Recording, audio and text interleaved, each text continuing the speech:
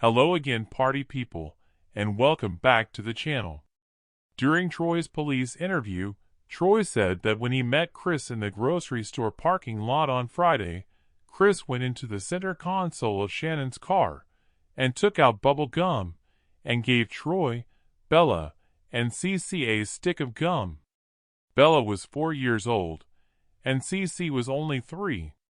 Does a 3-year-old eat gum? And then just to go like that. And like I said on Friday, when I met him, he seemed fine, man.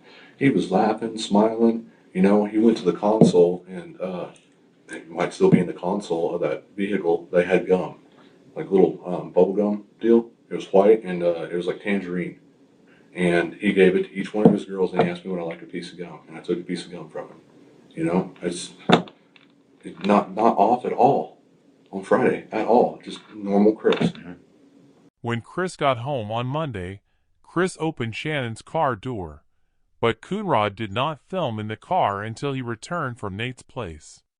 So we never see inside the car until after Coonrod's return from Nate's.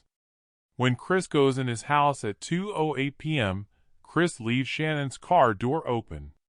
Then, when everyone else goes in the house, they all leave Shannon's car door open too, because you see the door open when Coonrod looks in the garage at 2:10 p.m.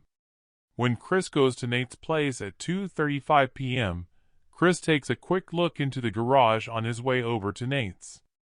You would think if the car door was still open at this time, that Chris would close it before going to Nate's. So I say the car door was closed before they went to Nate's place at 2:35 p.m., because it appears that Chris does not walk into the garage to close the car door. So who closed the car door, and when did they close it?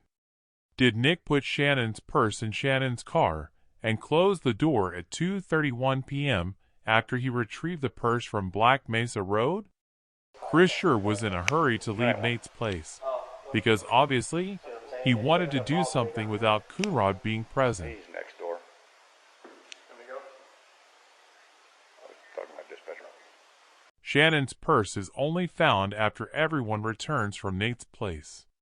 While Chris is in his house at 3:05 p.m., Coonrod finally looks in Shannon's car, and we see the center console is open. Then, when the 3 cops return to search the house at 4:40 p.m., the center console is now closed. So Chris went into Shannon's car after Baumhover and Coonrod left at 3:45 p.m., and before Coonrod, James, and Bakes returned at 4:40 p.m.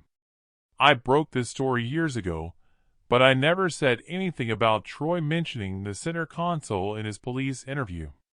And I find it odd that Chris would give a 3-year-old a stick of gum. And I find it off that Troy just happens to mention the center console when Chris clearly went in the console again on Monday. And when Coonrod is on the phone with Sandy, there is no white piece of paper sitting on this item on the workbench.